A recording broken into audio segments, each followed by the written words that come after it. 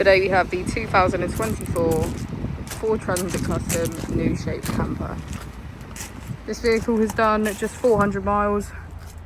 It has an automatic transmission and a diesel fuel type. As we step inside, we can get a good view of our kitchen area, which is complete with our sink, cooker and fridge just below. Behind me is first of two double beds.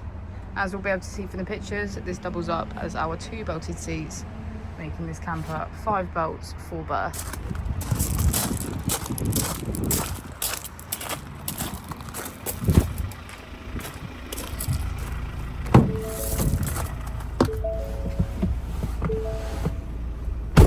To the left of our steering wheel, we have cruise control and voice control, and on the right we have automatic headlights.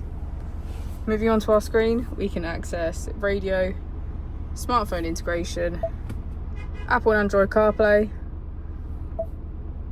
our driver assistance and driving modes, and our vehicle settings. If we put the vehicle into reverse, we can see that it comes with a parking camera with front and rear parking sensors.